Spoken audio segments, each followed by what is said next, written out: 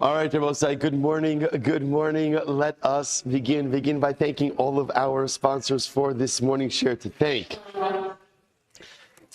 our Talmud Torah sponsor, our annual Talmud Torah sponsor, the Tilson Mishpacha of Eretz Yisrael, for dedicating all the Shumer Drushos this year as a zichus for Besoros Tovos for all of Am Yisrael. Our Talmud Torah sponsors for the month of Iyar Habalin Latov Shmuel Rabbi Karapkin, creation of the yard site of Shmuel's father, Mr. Leonard Karapkin, Lipa Ben Yecheskel Akoin Zichron Lebracha, and our week of learning sponsors, Ari and Haley Lichtem, the Eli Nishmas, Haley's mother, Rachel Leah Bas Ruvain Meir Zichron Lebracha. We hope that in the merit of our Talmud Torah, all of the Neshama Sav and Aliyah, the families in Nechama, the Baruch Hu should Hashem bring home all of our hostages, B'Shalom and B'Karov, and Emir Hashem, our holy soldiers, should be successful. B'Chol Ma'aseh Yedehem. But with that, let us begin. First of all, tremendous shkoyach and mazel tov to everyone who participated in the Siyum last night. Again, a very special thank you to the Goldberger family for hosting what was just a beautiful and inspiring and elegant and delicious and uplifting Begashis and Baruchnius Maimed. And Me'at Shem should be zocheh to celebrate many beautiful and holy and spiritual accomplishments together. So with that, let us begin. Today's daf is daf Dalet, a really fascinating daf ahead of us today. We are picking up Emir Hashem on the bottom of Gimel Ambeis. We made good headway yesterday, 2 lines up from the bottom. So again, just to reorient ourselves a little bit, yesterday's daf was really quite fascinating and riveting because we spent the bulk of our time just logistically figuring out what's happening in our Mishnah. One of the things that we strived to accomplish was to assign authorship. The way the Gemara kind of is holding right now is that the Mishnah is reflective of the view of Rabbi Shmuel, and interestingly enough, the liability to which the Mishnah refers is Malchus. Malchus lashes liability. So fine, good. The Gemara then said, here was the only problem that created. Was, remember again, Rabbi Yochanan is the opinion that, now again, the other thing that comes out from our Mishnah, based on that, is that Rabbi Shmuel holds, Lav she'ein b'maisa lokin alof. Again, that was one of the major takeaways of our Mishnah, that even if you have a lav that doesn't have an associated action with it, you get malchus for that. What was the problem? The problem is Rabbi Yochanan. Not Rabbi Yochanan is a problem. That one of the positions, especially Rabbi Yochanan, created a little bit of an issue for us. What was the issue? So Rabbi Yochanan holds that the halacha is like a stam Mishnah, which means our Mishnah is a stam Mishnah without attribution, which would mean that according to our Mishnah, based on that, the halacha is Lav she'ein b'maisa ein lokin alof. Okay, so whatever, you fill in the blank, right? The paradigmatic example that the Gemara often used for Lav she'ein b'maisa was paradigmatic example. No, sir. Right? That's the example that keeps coming up over and over and over, right? Carbon Pesach, I leave over Carbon Pesach. I don't go ahead and, well, actually, the truth is that's one of the examples. But any Lav she'ein b'maisa, you'll get Malchus. So Rabbi Yochanan follows our Stam Mishnah. The problem is Rabbi Yochanan himself is on record as saying, Lav she'ein b'maisa ein lokin alof. So therefore, again, I will say what we're trying to figure out is how do you align those two align those two shitos of Rabbi Yochanan? To which we pick up with our Gemara. The Gemara says, Ella, hai stama ashkach. It's not a problem. Rabbi Yochanan himself found another Stam Mishnah, and that other Stam Mishnah supports this approach of Lav she'ein b'maisa ein lokin alof. Okay, what's the other Stam Mishnah? Here we go. Shevuos shelo ochal, kikarzu, Shevuos shelo ochlena, va'achla. So we'll say, here we go. So a person goes ahead and says like this, 2 Shevuos actually, I swear that I will not eat this loaf. I swear that I won't eat it. Now, again, we're actually, if you notice over here, we're going to do this case in Eretz Hashem on Chaf Aleph Amud Aleph. So in a couple of weeks from now, we're going to get to this case. So we're not going to delve into the Shavua intricacies of this case, because remember, it seems like duplicative Shavuos. But the way Shevuos work, we'll see, is there's a whole discussion about Shavua Chal al Shavua. Can one Shavua devolve upon another Shavua? We're not going to get into that now. The point over here is I'm making what appears to be 2 Shavuos on the same loaf. 2 Shevuos on the same loaf. So I swear I'm not going to eat this loaf. I swear I'm not going to eat it. Okay, and what happens? Va'achla. I eat it. Okay, I eat it. Sometimes no matter how many precautions you take not to eat something, you just end up eating it. So we'll say, what's talacha? Top of Dalet and Medalef. Eino chayiv ela achos. I'm only chayiv once. I'm only chayiv once. Now what's the pshat? Take a look at Rashi. Einu chayiv ala achas. Rashi says, Deme'achar shenishpa alav shvua rishona ne'asra alav. So again, Rashi gives us a little bit of the mechanics over here. Because since once I made that first shvua, which was shvua shalo ochal kikar zu, I swear I won't eat this loaf. Once I make that shvua, ne'asra alav, the loaf becomes prohibited to me. V'chi hadar ishtaba. So we'll say, this is, like I said, I'm not going to do this justice today because we're going to do this sugya together. But listen to how fascinating this is. So when I go ahead and I swear I won't eat this kikar, okay. So then the shvuah works, the kikar, the loaf, becomes prohibited to me. All right, fine. Now when I make the second shvuah actually doesn't take effect. Why? Because again, Rashi says over here, Havele nishpa lekayim is hamitzvah. Because we'll say essentially that second shvuah is viewed as swearing to fulfill a mitzvah, which means taking an oath to do something that you are already obligated to do. And what happens when you take an oath and you swear to do something you're already obligated to do? Rashi goes over the Gemara, Nishpa lekayim es hamitzvah, v'lo kiyem pater mishvuas karban. The halacha is that if you swear to fulfill a mitzvah, now mitzvah in this context simply means something you're already obligated to do. If you swear to do something you're already obligated to do, halacha l'maisa, that shvuah doesn't devolve upon you. Therefore, violation of that shvuah also doesn't generate liability. I will say, we're going to have a lot of fun with this case. And when I say fun, I really mean like legitimate, good, kosher fun. Right? So everybody's looking for outlets like that. So again, I'll give you just a perfect example of this, and this really has become very interesting. I swear I'm putting on tefillin today. And then for some reason, I don't put on tefillin today, chas v'shalom. So what happens to that? So based on what the Gemara is saying over here is essentially, when you swear to do something you're already obligated to do, that shvuah has no room to like vest. You know, it has no room to take hold because I'm what's called mushba v'omed. I'm already obligated. And therefore, again, because I'm already obligated, the shvuah effectively is meaningless. Now, not necessarily meaningless like Shevuos Shav or like that we saw in yesterday's daf, right? But the idea is that it has no room to take hold. So therefore, again, plugging it into this loaf case, I swear I'm not eating this loaf. Okay. After that Shevuah, essentially, what's my relationship to the loaf of bread? What's my relationship to the kikar? Can't have it. Now, not only can I not have it, there's a mitzvah for me not to eat it, right? Because I took a shvuah. There's a mitzvah to uphold whatever oath you take, motzas vasecha tishmar, whether it's a shvuah or an eder, right? So therefore, again, I have a mitzvah not to eat that loaf. Therefore, when I go ahead and I take that second oath and I say, shvuah shelo ochlena, I swear I won't eat it, essentially it's meaningless. It's meaningless. And therefore, again, if it turns out that what? I eat it, in other words, I violate it, how many times am I chayiv? Only once, because again, I'm chayiv for the first shvuah, not chayiv for the second shvuah. Okay, beautiful. And I will say, by the way, these are the nuggets and morsels of beautiful and holy information. This is what's the most exciting thing about Shas, right? This isn't even like our primary topic right now, but the Gemara often like drops like breadcrumbs here and there. Our job is to pick it up, to take it, to absorb it. And you'll see that when we get to Chaf Aleph, in a couple of weeks when we get to this sugya, we will already be armed with so much beautiful information. Now, why is this important for us? Zoe Shevuos bitui shechayavin al zedona makas v'al shigagasa karban olav yor. And the Gemara says this is the paradigmatic example of Shevuos bitui. So remember again, Shevuos bitui, that's the Shevuah. Remember, we didn't really do too much delving into Shevuos because we really spent the bulk of the Mishnah dealing with Tumantara. But the Gemara says now over here, this is the paradigmatic example of a Shevuos bitui. Remember, what is a Shevuos bitui? A declarative oath. Where I make a declarative, definitive statement. So the Gemara says this is the example of a Shevuos bitui, where if I unintentionally violate it, I'm chayiv malchus, and if I intentionally violate it, I'm chayiv a karban ola v'yored. So again, I swear I'm not going to eat the loaf, I end up eating the loaf. If I violated unintentionally, malchus. Intentionally, karban ola v'yored. Beautiful. Now the Gemara says, the Gemara makes a very interesting deal. Zoe dechayav and azona malchus.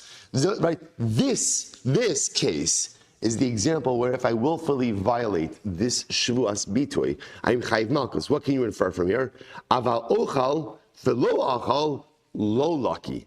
So you will say, if you notice again, what type of case is this? What type of case is this? This is a lav sheyesh b'maisa, right? So again, I swear I'm not going to eat it, and I ate it.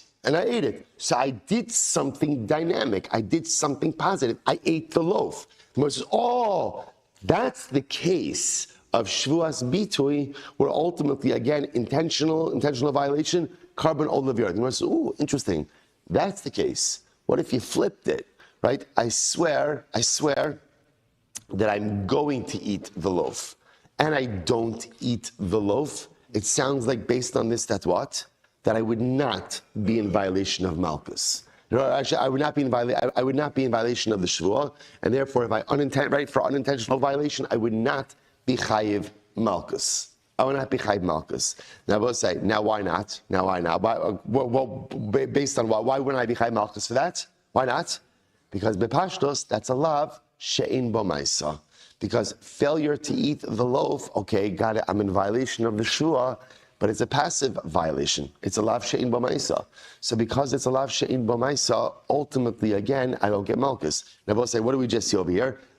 By the way, Avi Fogel, you're sitting next to Joe Markovich over there, one of the holiest Jews in Baltimore, right? You're his, good, you got this? Excellent, good.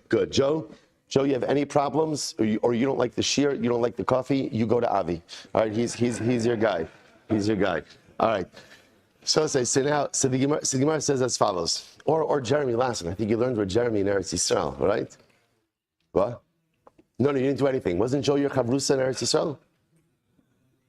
Oh, Michael, right? That's Mike, right? Sorry, right? Okay. So the Gemara says as follows. So we'll say salach l'maisa. The Gemara says, what do you see from here? A stam Mishnah that at the end of the day says, a stam Mishnah that says, lav she'ein bo maisa, ein lokin alav. That's what's happening over here. Incredible. So we'll say, here it is. Rabbi Yochanan has now a lav she'ein bo maisa, a stam Mishnah, lav she'ein bo maisa, and you get malchus. Okay, so the Gemara says as follows. Michdi. So the Gemara says, hi. So therefore, again, we'll say, it sounds like at least for this moment, the Gemara is in perfect harmony. So look what we have. We've got attribution of Rabbi Mishnah to Rabbi Shmuel. Rabbi Shmuel happens told lav she'ein bo maisa, lokin alav. Okay, keep it over here. Rabbi Yochanan, who says that halacha follows a stam Mishnah, but holds lav she'ein bo maisa, ein lokin alav. So what does Rabbi Yochanan do with the fact that our stam Mishnah says lokin alav? No problem. Rabbi Yochanan found another stam Mishnah. So Rabbi Yochanan's got his stam Mishnah, Rabbi Shmuel's got his stam Mishnah, and everyone is happy. The Gemara says, okay, michti, high stama. So the Gemara says, now the Gemara is faced with a bigger problem. I don't understand how you have two stam mishnayos that have the opposite conclusions. In other words, that totally undermines the whole notion of a stam mishnah. Right, the whole chap of a stam mishnah is at the end of the day, because there's no attribution, therefore it's authoritative. But if you have two mishnayos without attribution, and they say the exact opposite things, then halacha l'maisa, how does that work? So the Gemara says, michti, high stama. So therefore, again, Shevuos, right? Our Mishnah over here that we had in Shevuos, ultimately, again, was a stam Mishnah. The second Mishnah is also a stam Mishnah. My chazid the avid ki high stama, the avid ki high stama. I don't understand. Now the Gemara is really asking much more, even on Rabbi Yochanan. Like, Rabbi Yochanan, how do you know? Rabbi Yochanan says the halacha follows the stam Mishnah. Rabbi Yochanan, how do you know that the halacha follows the stam Mishnah you just quoted over here? Why not say the halacha follows the stam Mishnah on Shevuos daf beis amud aleph? In which case, again, the stam Mishnah over here says lav she'ein bo maisa lokin alav. I don't. It's a good kasha. To which the Gemara will say, I think the Gemara says it's a more global question. Don't make this about Rabbi Yochanan. This isn't about Rabbi Yochanan. U'letamech. Rebbi gufei hachi stam lon hachi v'hacha hachi.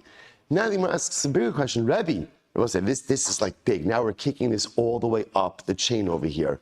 Rebbi, how did you, Rabbi Yehuda Nasi, the great codifier of the Mishnah, how did you codify two contradictory stam Mishnahs? Right? We'll see. Hear this. This is the Gemara said this is not a Rabbi Yochanan issue. This is a Rebbi issue. This is a Rebbi issue. Rebbi, how are you going ahead and codifying two stam mishnayos that give us two opposite conclusions? So Shavuos said, this is incredible. And this, I want to tell you, I just want to tell you what's happening right in front of us over here. This is a historic Gemara. I mean, obviously, every Gemara is a historic Gemara, right? But this is a historic Gemara because this Gemara is a window into the mechanics of Rebbi, into the mechanics of how all of this is coming together. Because again, the Gemara is highlighting over here the power of a Stam Mishnah to tell me that if it's without attribution, it means everyone holds of it. The problem is now I have two non-attributed Mishnayos which yield two different conclusions. Rebbi, how did you do that? How did you do that? How does that make sense? To which Gemara says, get ready for it. Ella, meikara savar, lav shema ma'isa lokin alav. Ustama or visasma. So this is what happened. This is incredible. Originally, Rebbi thought that the halacha was lav shema ma'isa lokin alav. Incredible. Rebbi himself felt that the conclusion was a lav shema ma'isa get malchus, like Rabbi Shmuel, like the Mishnah that we had in the beginning of Shevuos Beis Amud Aleph. Then what happens? V'hadar savar in lokin alav visasma. And later on, he changed his mind. And he said ultimately again, lav shein bo ma'isa ein lokin alav, and therefore he made a second stam mishnah. So why not go ahead and redact the first? Why not redact the first? O mishnah lo zaza mimkoma. But the Mishnah did not move from its place. Now, what does that mean? Take a look at Rashi. Rashi says over here, Mishnah lo zaza mimkoma, u mishnah rishona afa pi shechazer bo. Even though Rebbi himself changed his mind and ultimately, again, did not hold like that first Mishnah. The first one is our Mishnah in Shevuos, right? That on Beis Amud Aleph, that laf she'in b'maisa lokin alav. So Rebbi changed his mind. Nevertheless, me'acher shepashta berov hatamidim lo yochlos b'doro she'acha Rebbi l'shicha chamipihem ulevatla mi beis hamedrash. It was already ingrained. It was already learned. And once it was already learned, ultimately, again, it was impossible or unable to unlearn it. Ve'enichu es shtehen, and ultimately, therefore, both Mishnayos remain. V'hamaskil yavin shachrona ikar shechaza b'minah rishona. And the maskil, again, if you understand, right, and you're following the Gemara and you're paying attention, so you'll recognize that ultimately, again, the second one is the authoritative one, i.e. the one that says, Lav she'in bo ma'isa ein lokin alav. You'll understand that's authoritative. And ultimately, again, it trumps the first one. Incredible. So I will say there's so many fascinating things that have come out over here. So what I will say, the power, here, Rebbi wanted to redact it, but he couldn't. It was already ingrained. So I will say, you see over here, by the way, just the danger of, again, like lahavdil, but you just understand that what I think is the most haskell of this, lahavdil, the danger of reinforcing negative behaviors, right? How sometimes in life, I know that something is wrong.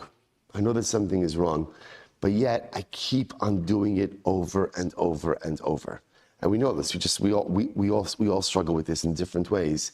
And the more I do it, even though consciously I know that it's not the right thing to do, the more it's done, the more ingrained and normal it becomes. And the more ingrained and normal it becomes, the harder it is to, quote unquote, forget it. The harder it is to undo it. The harder it is to stop it. It's such a tremendous Musar Haskell, which is why when we know that there are things that have to be fixed within our lives, it is so important to take dynamic activity now and not to wait. Because the longer I wait, the more ingrained it becomes. The more ingrained it becomes, the more difficult it becomes to change it. Incredible. That's Musar number one. Musar Torah, which is one of my favorite pieces of Musar, the Gemara tells us so often, is that halacha l'maisa, it's okay to change your mind. That so often in life we become ingrained and we think a certain way, we live a certain way, we behave a certain way, and we repeat those behaviors over and over, and we close ourselves off to the possibility of change, to the possibility that, you know what, I can think differently, I can behave differently, I can act differently, I could become a different person if I choose to do so. The Gemara gives us this is Rebbi Huda Hanasi. He literally codified a Mishnah with one way of thinking, and then at some point in time later on, I don't know the chronology, I don't know the timeline, but at some point later on, he's like, you know what? I changed my mind. it's okay to change your mind, and it's okay to change yourself, and it's okay. We have so much invested in the personalities that we create, and then we have those epiphanical moments when I recognize that the personality I created for myself at one stage of life is not the right one to guide me through the next stages. But we're so vested in it that we can't find the courage to change. If Rebbi could do it, so can we. Let's go weiter. So Gemara says, "Ma'okim to Rabbi Shmuel Silber." So we'll say, so now let's round out the picture. So now what we've done is as follows. Now we've established our Mishnah as according to Rabbi Shmuel, right? Which meant two things. Number one, Lav she'ein bo ma'isa is lokin alav. But what we'll say, what it also did was as follows. Remember, in order to make the Mishnah fit with Rabbi Shmuel, it also has to be talking about what? Malchus and not a carbon, right? Because you remember again, the issue we had with Rabbi Shmuel is that Rabbi Shmuel was the one who said that by a shvuah, by shvuas bitui, you're not chayiv for future shvuas, you're only chayiv for past tense shvuas. The problem is it didn't shtim with the Mishnah. So the way we reconciled that was to say what? Rabbi Shmuel says you're not chayiv a carbon, no carbon olav yored for future shvuas, but you're chayiv malchus. Okay? So now we've established the Mishnah as the author is Rabbi Shmuel, and ultimately, again, the punishment that we're dealing with over here is malchus. So the Gemara says, so if that's the case, Ma'okim to Rabbi Shmuel ula malchus, maros nega my malchus sika. Here's the issue. What malchus do you have by tzaras? I understand malchus by some of the other cases. How do you come up with a malchus case? What can you do by tzaras that would make you liable to malchus? To which the Gemara says, I'll tell you. But code says, so we'll say it could be a case of where a person cuts off his blemish, right? I have something on my skin, and again, I'm not sure, is it tzaras, is it not tzaras, and I cut it off. That act of tzaras removal in and of itself is a lav. So the Gemara says, Dam Rabbi Avin, Amar Rabbi Eloi, Komakum Shenemar, Hishamer, Pen Va'al, Eno Elalo Sasa. Whenever you see the lashon of Hishamer, pen and al, that's wording that tells you there's a lav. So we'll say, so the Torah says, Hishamer benega tzaras, which literally means be careful with tzaras. What does it mean be careful with tzaras? The Gemara's understanding over here to mean if you have a tzaras lesion, or I say if you have a lesion that may be tzaras or it is tzaras, you may not cut it off. You might think that like I'm just going to go to my local plastic surgeon for laser tzaras removal, right? So Allah Chalamai said that's an isur daraisa. You're not allowed to move tzaras, and therefore again the Gemara suggests, posits that doing so ultimately again would be malchus. Okay, Yitzias Shabbos my malchusika. So the Gemara says, what about Yitzias Shabbos? Now again, I will say, in order to make this whole attribution of the Mishnah work according to Rabbi Shmuel, you need to come up with Malchus in all of the cases, not just by Shevuos, right? So again, so now I've got Malchus by Tzaras. What Malchus can you come up with in the case of Shabbos, right? Remember again, I will say, the case of Shabbos, case of Hotzah. 2 cases of moving an item from Rosh Hashanah to Rosh Hashanah, and 2 more cases of moving an item from Rosh Hashanah to Rosh Hashanah. So what's the Malchus in that case? So the Gemara says, I don't understand. Lav shenitan las haris misas bezdin hu. This is, remember, this is misas bezdin, right? This is a lav that ultimately is potentially punishable by death penalty. The chol lav shenitan las haris misas bezdin ein lokin alav. And the general rule is that any lav that is punishable by misas bezdin generally does not get malchus. So what's the malchus case by Shabbos?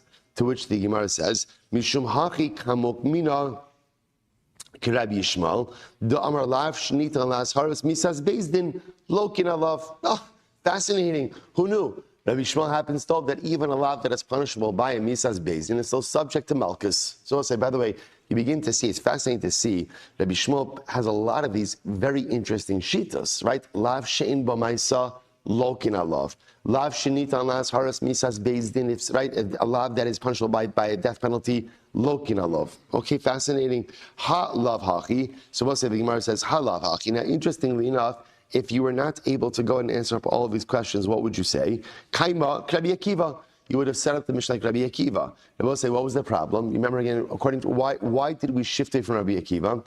Rabbi Akiva holds that halacha l'maisa, there's in the Tuma case. Remember again, what was Rabbi Akiva's issue? Rabbi Akiva said there's only liability in the case of helam tuma. Only in a case where you go ahead and you forget that you're tameh and then enter into the mikdash or consume kodesh. Rabbi Akiva said there is no case of what? forgetting Kodesh or forgetting the Mikdash, and ultimately, again, becoming liable like that. So therefore, again, the Mishnah couldn't align with Rabbi Akiva. Now the Gemara says, were it not for the fact that we're able to align the Mishnah like Rabbi Shmuel, we would have gone like Rabbi Akiva. So the Gemara says, here's the problem, Kashia Yedios. That's not true. That's not true because, again, remember, how can you align the Mishnah like Rabbi Akiva? As you just mentioned, Rabbi Akiva only holds of Helam Tumah. He doesn't hold of Helam Mikdash V'Kadashav. To which the Gemara says, Lav Amrit, Rabbi Shmuel he Ulam Malchus, Rabbi Akiva Nami Ulam Malchus. No, you can do the same thing. The same way that you set up the Mishnah. Right? They're both saying, remember again, there's a lot of back and forth over here, but actually it's really just the same steps back and forth. So we'll say, remember again, how did we make the Mishnah work? The way we made the Mishnah work is according to Rabbi Shmuel, and it's dealing with case of Malchus and not a case of Karban. That's how, even according to Rabbi Shmuel, who holds that Shevuos Bitoy, you're only chayiv for past tense, not chayiv for future. We said, it means you're not chayiv a Karban. But even Rabbi Shmuel would agree that if you make a Shevuos Bitoy future tense, you're chayiv Malchus. You're chayiv Malchus. So why can't you say the same thing by Rabbi Akiva, by Tumah? Rabbi Akiva holds that ultimately, again, you're chayiv a Karban in a case of Tumah, where there's a lapse of awareness about the Tumah itself. But even in a case where you forgot about the Mikdash, you forgot about Kodesh, he would still agree that what? That you're at least chayiv Malchus. So instead of Mishnah like Rabbi Akiva dealing with Malchus, Gemara says, so Rabbi Akiva Nami Malchus. Here's the problem. If that's the case, by the way, that the whole Mishnah is talking about Malchus, if that's really what we're talking about over here, Yedios, then why does it use the lashon ultimately again of Yedios Hatuma? It should say instead what? Hasros. Because Yedia, I will say Yedia, that lashon of like lapse of awareness seems much more in consonance when you're dealing with carbonic liability. But if at the end of the day I'm dealing over here with Malchus, then it should say Hasra, a warning. The Gemara says, Halo Kashya, Tnan Yedios Dahasros. Okay, interesting. The way to read the Mishnah is not just Yedios, but Yedios Dahasros. All right, Ihachi, Shtaim Shehin Arba, Tartu Dahavian. But if that's the case, there aren't really 4 cases. It's just 2 cases, as we mentioned before. Rashi says over here, it's the last Rashi, last short line. Rashi says, Tartihu Dahavion, De'ein Malchus Ela Imkenis Kiras Atuma, V'Hakodesh, Oes Atuma V'Hamikdash, V'Tartihu De'ika Malchus, L'Kodesh Umalchus L'Mikdash. So the Gemara says there's really only 2 cases then, right? Because remember again, in order to be chayiv for Malchus, you have to have a hasra, right? In order to have a hasra, there has to be a foreknowledge before and about the tumah. So there's not 4 cases, there's really only 2 cases. To which the Gemara says, V'su es sheyesh ba yediyah betchila v'yediyah besov v'helam bein sayim, ha'alama l'malchus ma'avidite. Furthermore, again, I will say just the way the Mishnah is structured, right? In the Mishnah's case of Tumah, the Mishnah says there was awareness in the beginning, then there was a lapse of awareness, then there was awareness at the end. I will say, what does Malchus have to do with lapses of awareness, right? Malchus is very simple. How do you get Malchus? You're about to do something wrong, you get warning about the wrong act, and you still do it. That's it. That's the totality. There's no lapses, there's no this, there's no helam. That's all the shonos, that's all wording and verbiage that would be used by carbonic liability. To which the Gemara says, Furthermore, again, I will say it's important to understand the Mishnah does make explicit mention of a carbon oleviorate, right? So to go ahead and set up all of these cases like Malchus seems to be a little bit disingenuous to the way the actual text of the Mishnah itself reads. To which the Gemara says, you're right. So we'll say, so now we are about to do a 180. Well, not a total 180, but a pivot, a little bit of a pivot. So remember again, essentially what we just saw happen right in front of our eyes is we worked so hard over the course of yesterday's daf and the beginning of today's daf to set up the Mishnah in accordance with the position of Rabbi Shmuel. Cracks began to develop in that Talmudic facade, right? And the Gemara tried to reintroduce Rabbi Akiva, to which to really understand, the Gemara really says, in essence, it doesn't work according to either of them.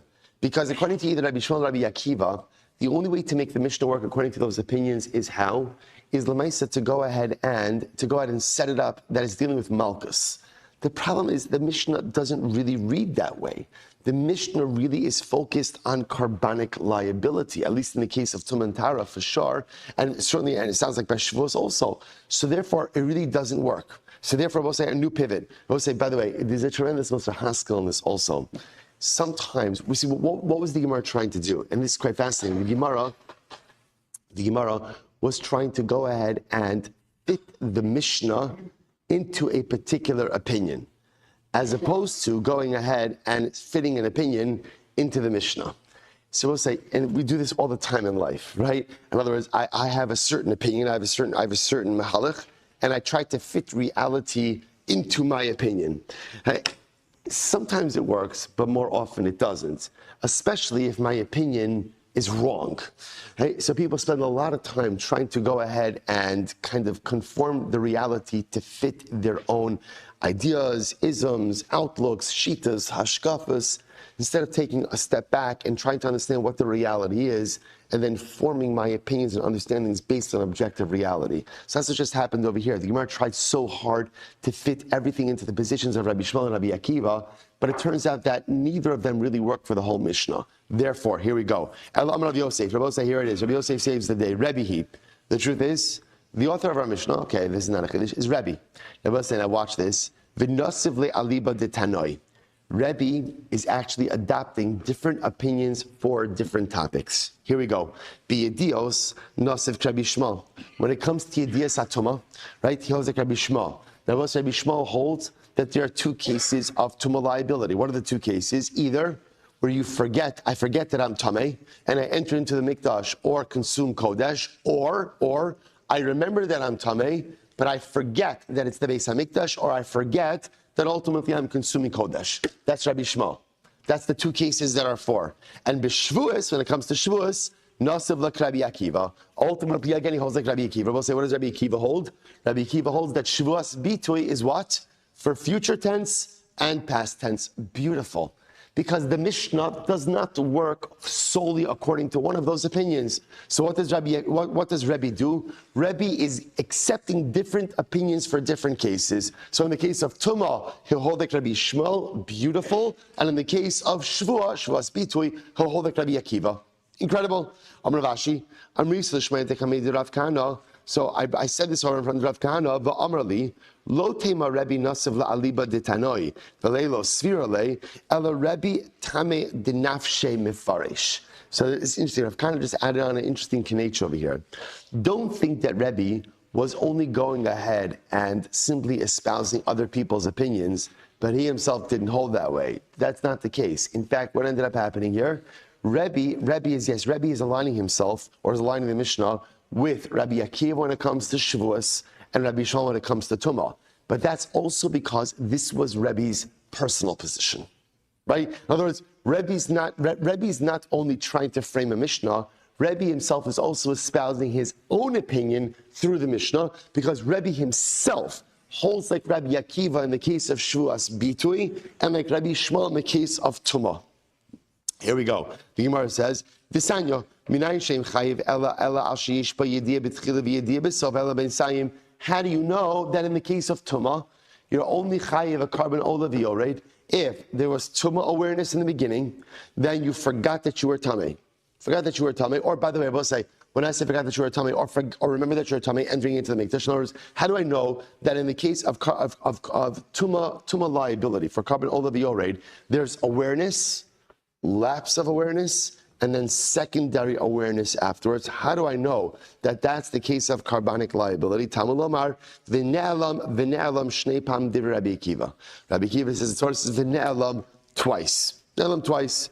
Rebbi says, no, you don't even need that. Eino tzarich. You don't need that, Josh. I'll tell you why.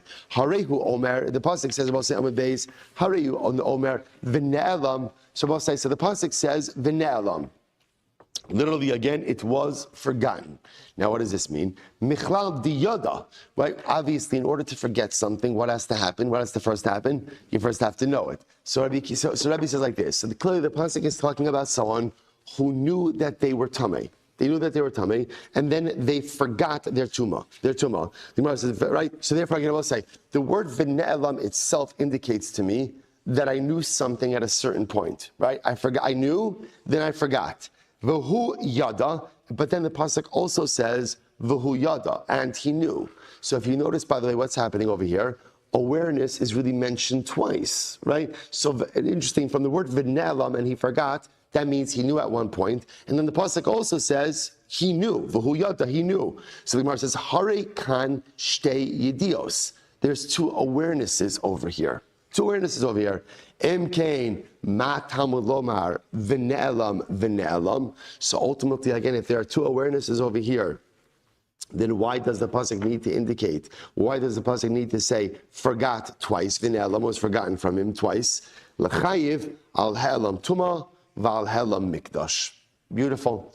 To teach us, says Rebbi, that there's two different types of lapses that could generate tumah liability. What are the two lapses? Either case number one, I forgot that I was tamei. I knew that I was tamei.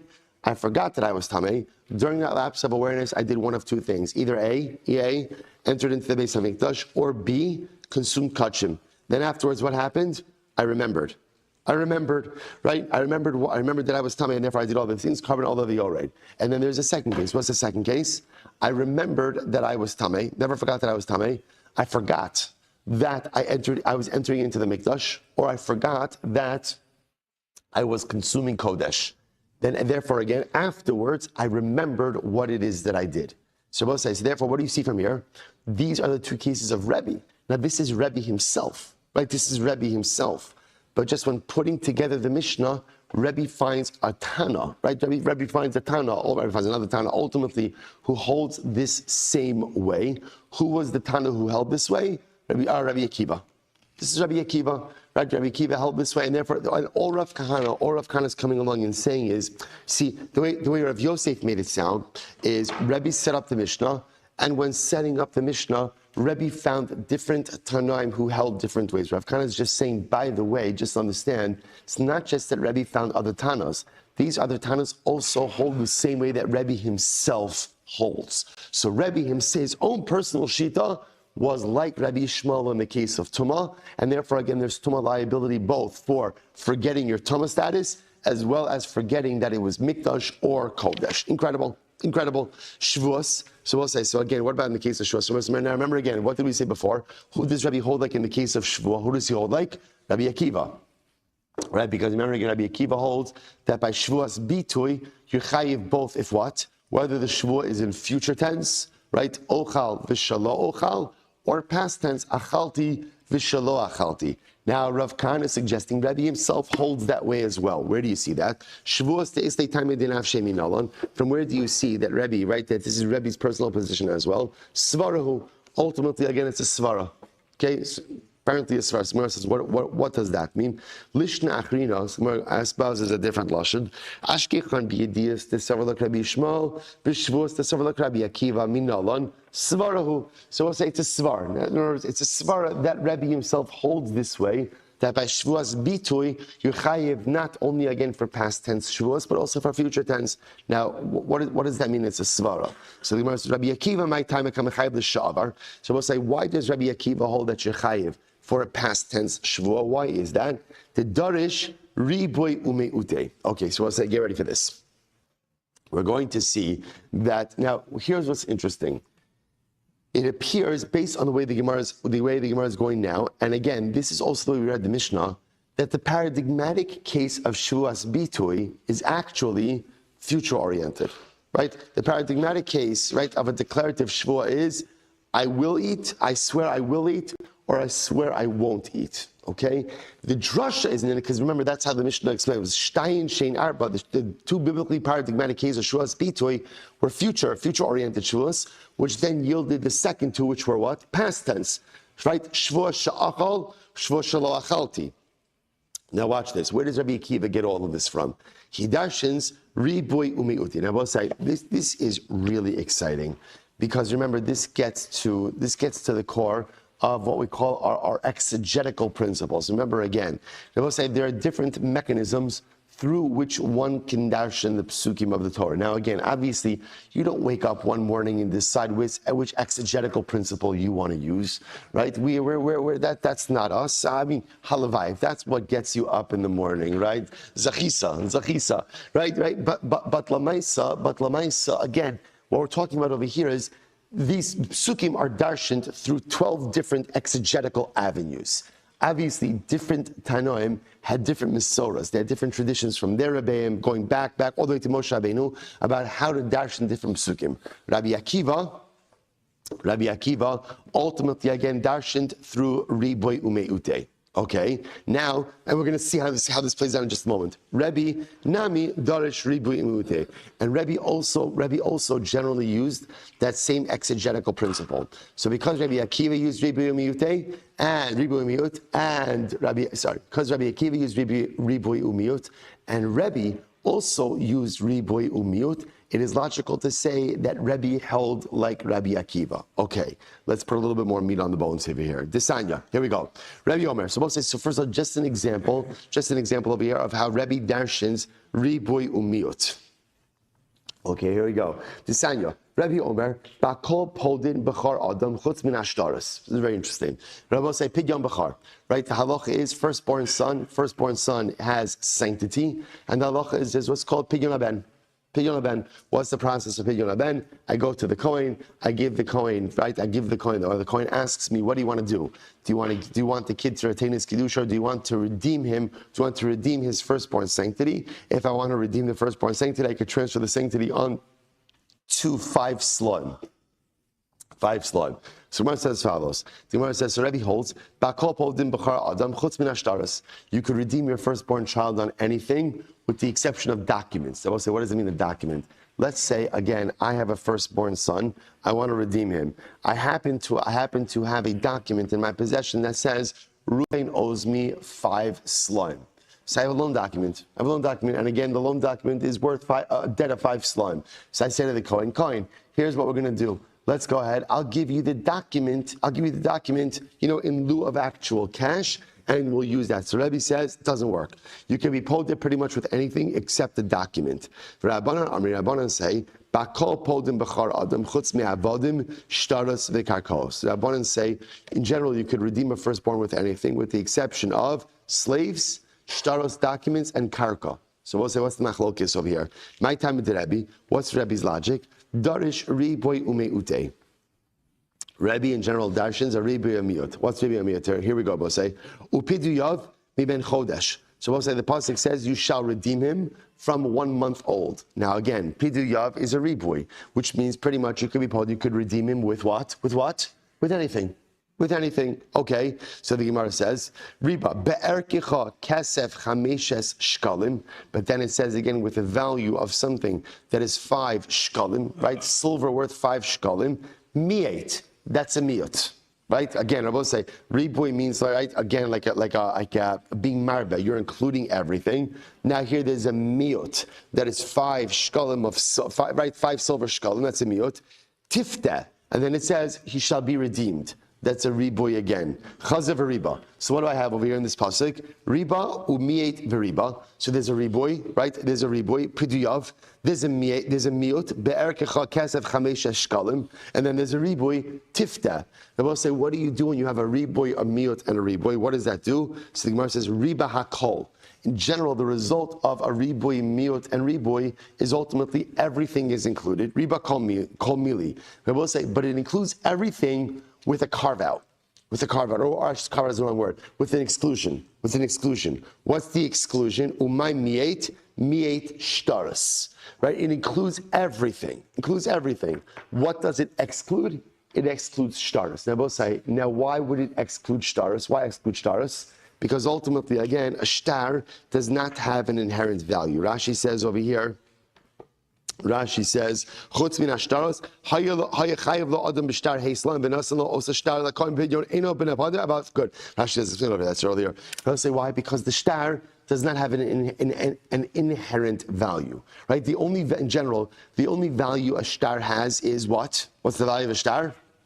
The value of the paper, right? The Gemara often uses the expression, what is the shtar good for? A bottle stopper, right? A bottle stopper, that's what you could use for.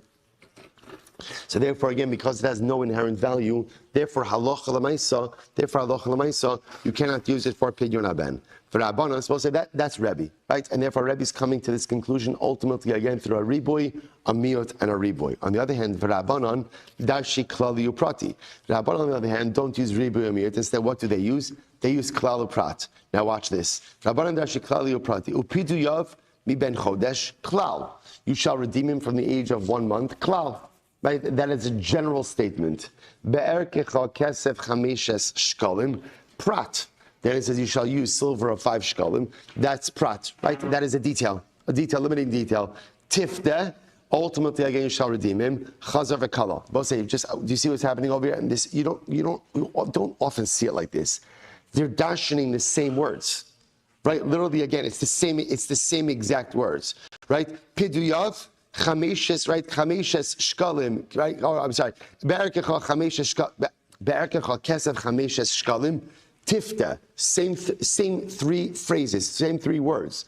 Rebbi's darshaning it through the prism of riboy, miut, riboy, and Chazal Rabbanan are darshaning it through the mechanism of klal, uprat, uklal. So the Gemara says, so Chazar v'klal, klal uprat uklal. What do you do with the klal uprat uklal? I'atodon elekein haprat. So both says, remember again, here's the difference between a riboy, a miut, and a riboy, and a klal uprat uklal. In a riboy, miut, and riboy, the result is everything is included with the exception of one item. There's one specific thing that is excluded. So therefore, in Rebbi's model of riboy, miut, riboy, you could do pidyon haben with everything except for shtaros. Shtaros is the one exception to the rule. In klalu pratu klal, the way it works is like this.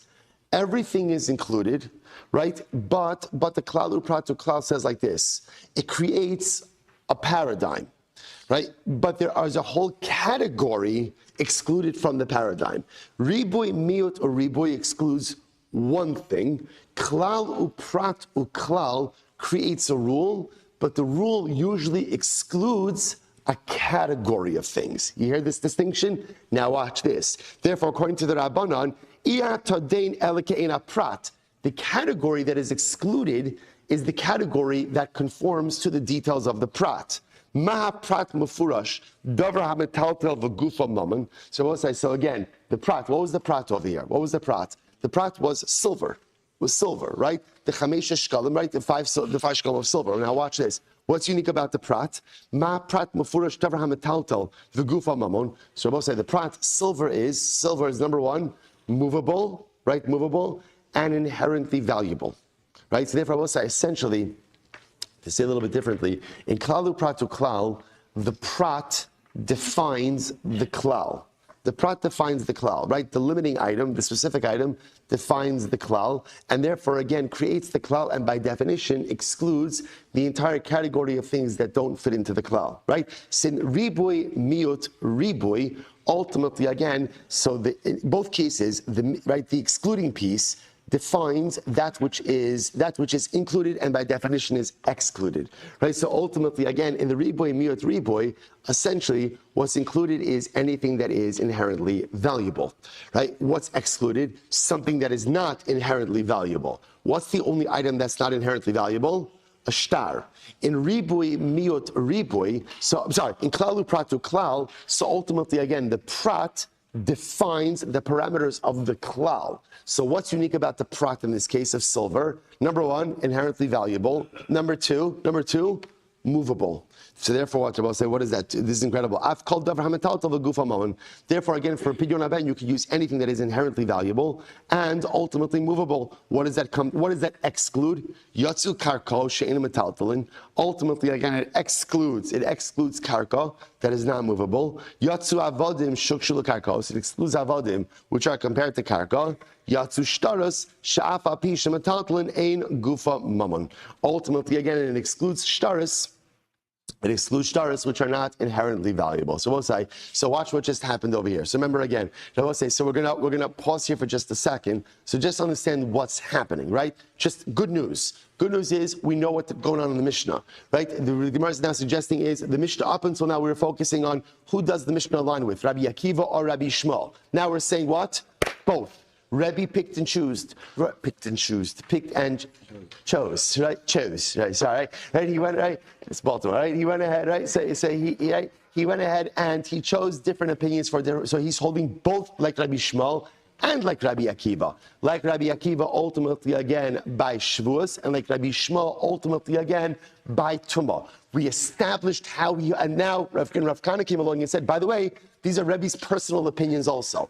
We proved that by Rabbi Shmuel and Tuma, and now ultimately, again, we're trying to prove this by Rabbi Akiva and Shevuos. How is the Gemara proving that Rebbi himself also holds like Rabbi Akiva? Because Rabbi Akiva darshans with the mechanism of ribui and miut. Ribui.